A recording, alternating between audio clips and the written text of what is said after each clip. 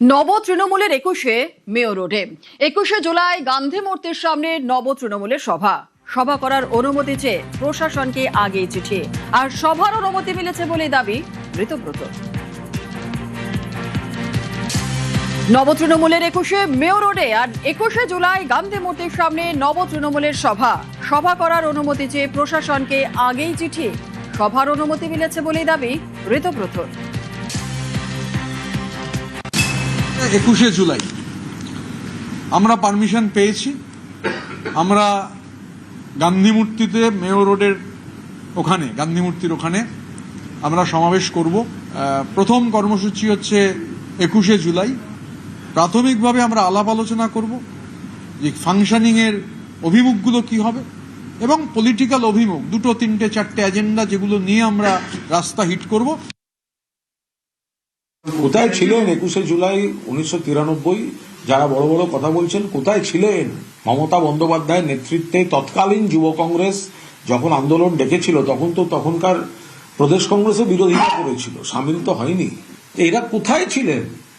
কেউ তো তখন সিপিএম করছিলেন, কেউ অমুক করছিলেন। তখন তো তারা কি শহীদ তর্পণ করবেন? শহীদ তর্পণ মমতা বন্দ্যোপাধ্যায় সারা ভারতকে নজির দেখিয়েছেন যে কোনো আন্দোলনে যদি কেউ শহীদ হন, সেই পরিবারের পাশে দাঁড়ানো এবং প্রত্যেক বছর শহীদ স্মৃতি তর্পণ ধারাবাহিকভাবে পালন করে যাওয়া, এটা তো মমতা বন্দ্যোপাধ্যায় দেখিয়েছেন। কারা আজকে সব করতে চাইছেন? নব তৃণমূলের বৈঠকে নির্মল ঘোষ, বেপাত্তা নির্মল নব তৃণমূলের বৈঠকে।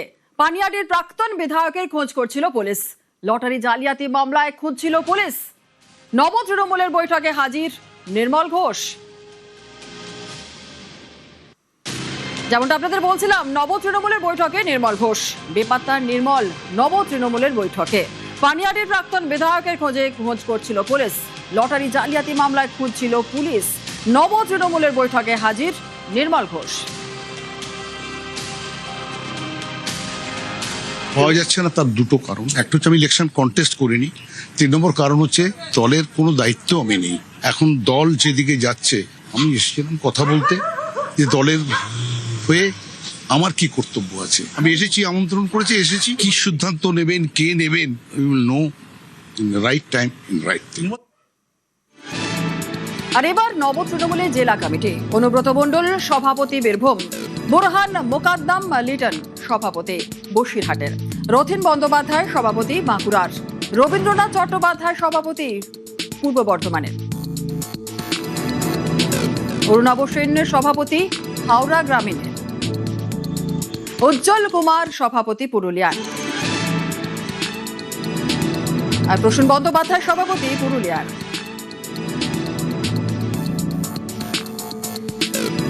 সন্দীপন সাহা সভাপতি কলকাতা উত্তরের, দেবাশিস সাহা সভাপতি কলকাতা দক্ষিণের, সৃষ্টিধর ঘোষ সভাপতি হাওড়া সদরের, শুভাশিস দাস সভাপতি ডায়মন্ড হারবারের, প্রদীপ সরকার সভাপতি পশ্চিম মেদিনীপুরের।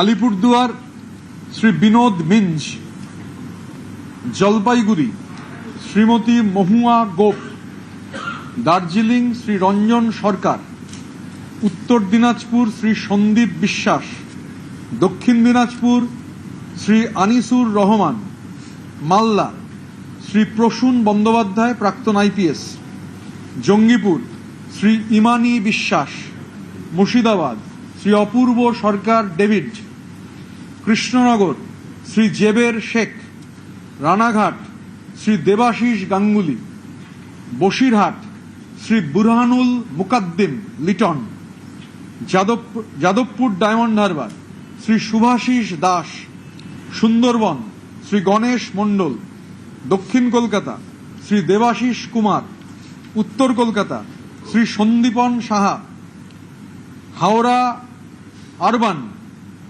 যে শহরাঞ্চলের জন্য যে জায়গাটা, শ্রী সৃষ্টিধর ঘোষ, হাওড়া গ্রামীণ শ্রী অরুণাভ সেন রাজা, হুগলি শ্রীরামপুর শ্রী সন্তোষ সিং পাপ্পু, আরামবাগ শ্রী উত্তম কুন্ডু, মেদিনীপুর পশ্চিম শ্রী প্রদীপ সরকার, ঘাটাল শ্রী সঞ্জয় পান, বাঁকুড়া শ্রী রথিন ব্যানার্জি, পুরুলিয়া শ্রী উজ্জ্বল কুমার, পূর্ব বর্ধমান শ্রী রবীন্দ্রনাথ চ্যাটার্জি, পশ্চিম বর্ধমান শ্রী নরেন্দ্রনাথ চক্রবর্তী এবং বীরভূম শ্রী অনুব্রত মণ্ডল। তৃণমূল কংগ্রেস মানে মমতা বন্দ্যোপাধ্যায়, মমতা বন্দ্যোপাধ্যায় মানে তৃণমূল কংগ্রেস। ফলে এখন কারা কি জন্য কাদের কথায় কোন পৃষ্ঠপোষকতায় তৃণমূল কংগ্রেসের ক্ষতি করার জন্য এই ধরনের কিছু অনধিকার কমিটি বা এই ধরনের কিছু করছেন এবং কারা তাদের কেন্দ্রের ক্ষমতা অপব্যবহার করে সহযোগিতা করছেন সেগুলো সবাই দেখতে পাচ্ছেন। ফলে যে যা ইচ্ছে কমিটি করতে পারে, তার কোনো বৈধতা নেই এবং সবথেকে বড় কথা বাংলার মানুষের কাছে এবং তৃণমূল কংগ্রেসের কর্মী সমর্থকদের কাছে কোনো গ্রহণযোগ্যতা নেই। তাদের কাছে একমাত্র মমতা বন্দ্যোপাধ্যায় বিশ্বাসযোগ্য এবং গ্রহণযোগ্য। আসি পরবর্তী খবরে। কেষ্টহীন মমতা, মমতার হাত ছাড়লেন কেষ্ট।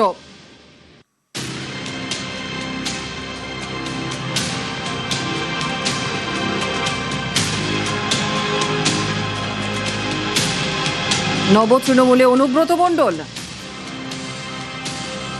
বীরভূম জেলা সভাপতি অনুব্রত মণ্ডল, অনুব্রতকে জেলা সভাপতি ঘোষণা নব তৃণমূলের।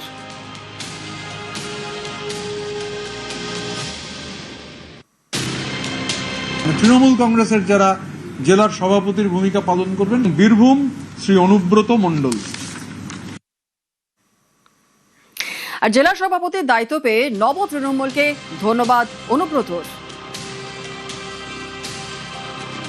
একটা চোর ডাকাত আইপেক সে দলটাকে শেষ করে চলে গেল, আর মানুষ চিনতে ভুল করলো, যাকে মন তাকে টিকিট দিয়ে দিল, তাই বলে একটা দল চলে। এই দলটা তৈরি করেছে মমতা ব্যানার্জি, ওর বোঝা উচিত ছিল আমার বাড়িতে গার্জেন দল যারা খেটে তৈরি করলো তাদের ভুলে গেল। এই দলটা আজকে শেষ হয়ে যাচ্ছে আস্তে আস্তে। দিদিকে জানিয়েছেন যে আপনি ঋতব্রত ক্যাম্পে চলে গেলেন?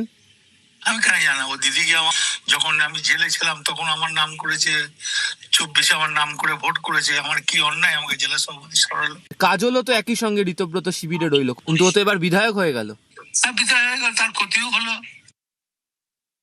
মানুষ সবাই দেখেছেন কে কাকে স্নেহ করতেন, কে কার অনুগামী ছিলেন, কে বিপদে পড়লে কে পাশে দাঁড়াবার সব রকম চেষ্টা করেছেন, তারপরেও কে কোন দিকে যাচ্ছেন। যারা যাচ্ছেন তাদের নিশ্চয়ই নির্দিষ্ট কোনো কারণ আছে বা পারিপার্শ্বিকতা আছে, সেটা অনুমান করার ক্ষমতা সেটা সাধারণ মানুষ, বাংলার রাজনীতি সচেতন মানুষের রয়েছে।